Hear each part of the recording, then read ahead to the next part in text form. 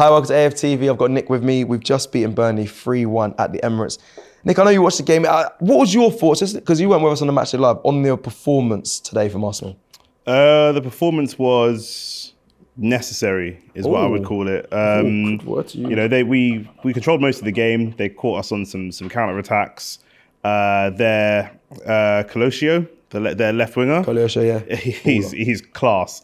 He was causing us all types of problems when they did break away. That's their key. The thing is with some of these teams that are less stacked, they're going to have one, maybe two people that are their dedicated counter people. Do you know what I mean? You're looking at Wolves when they had Adama. You know, you've got that Alex Maximan at Newcastle, and that's what they got. You know when you play them games like on the Sunday or on a Saturday, and they're like, "There's that one. He's a good player. That one baller you got to try and shut down."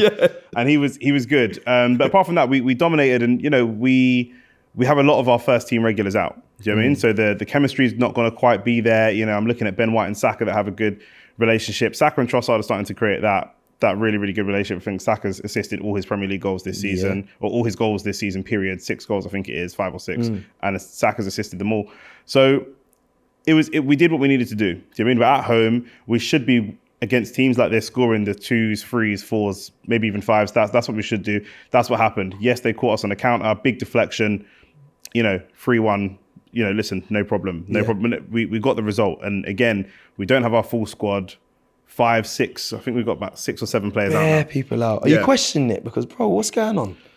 Yes, I am. I said this last week. I wasn't happy with the medical team with Saka last week. And a lot of us weren't happy with the medical team right at the first game of the season with Jury and Timber, who should be really our starting fullback or starting. He should be a starting player. Yeah.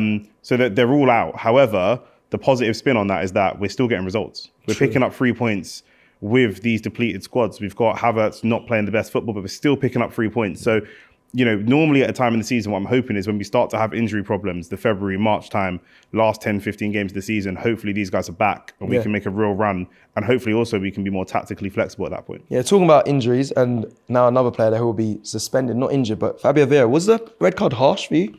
A little bit harsh, just a little bit. I could see it being a red though. When I saw it first of all in real time, I said, "Oh, it looks like a yellow." And then when I saw it slowed down, I said, "Yeah, that's probably a red." It's the position of his foot. He's not cutting across the ball like he's trying to clear it. He's come down. Even if you're trying to trap the ball, very rarely are your boots coming down. Studs are high. He's coming down on the guy's foot.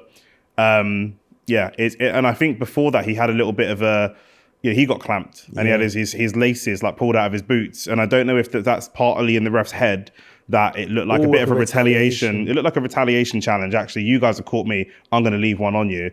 And he's not that type of player either, generally speaking. So a little bit of petulance from him, a little bit of frustration for him. Maybe even the fact that he's not getting that many minutes. He's, all of that frustration, I think, boils into that challenge. And it was a silly, silly mistake. Oh, thank you for that, because I actually didn't put 2 and 2 together. But that started to make sense. Zinchenko today, his goal, and everything else is a play. Everything. I mean, I wasn't too keen on, Havertz. We saw the horrible header that he did in the Champions League, but we kept trying to cut the ball diagonally across the 18-yard box and look for Tomiyasu or Havertz at the back post. In fact, the assist for the goal was Saka, and he kind of shoves Havertz out of the way and gets his head on it to get, so this I think Havertz works the target man when he's up top, not when he's in the midfield. It doesn't quite work for me. And I said also, we need to just get some shots off. We need to get shots from the edge of the box, more edge of the box. Let's just shoot from there. We keep trying to do these crosses. And some of the deep line crosses can work, but let's get some more shots off. And that's what he did. Really, really good. We know his football IQ is very high, and I think him and Trossard are possibly the 2 best technical ability players at the club. I would say. And so that's what we expect from him. That's 100%. And we have, I think, even before Gabriel shot, and I was on the DR Sports live stream, everyone was laughing. And I was like, bro, Gabriel and Saliba can hit these shots. You man are laughing. We've got a back four. We've got a back four. Tomiyasu, Zinchenko, Gabriel, and Saliba. All of these 4 can hit the shot. Yeah. They can all hit. So, that's exactly what we need. We're looking at United. The last couple of weeks, they've had Lindelof scored 1-0 for them. Dalot scored 1-0 for them. Everybody needs to be chipping in with goals. The same way we need our wingers tracking back and defending, we need our defenders pushing up and scoring. Everybody has to do everything to get us through this period of time. I like that. Last question. International break. Come at a good time for you or not? Yeah, I mean, listen, we need people to recover. We saw Jorginho bleeding from the top of his head. That could be another injury. He's a starting 11 player. Last season, what killed us is Saliba got injured, and then his replacement would be Tomiyasu, and the replacement got injured. United have the same thing. They keep saying their starting left back in Shaw is injured. Their backup, Malacia, is injured. They've had to get a third. We've got it again. We can't have both of our DMs injured. El Neni in the midfield, man. Yeah, let's not do that. Let's definitely not. Listen, El Neni can play football. You know what I'm saying? There's no doubt about that. But and we all love him, but he's not going to be on form. He's not going to be fit. He's come back from a very, very long-term injury. Mm-hmm. We'd have to see an El Neni we've never seen before to get us through that period of games. So, Rice is there. We can be flexible, but in terms of the break, we need players recovering as quickly as possible.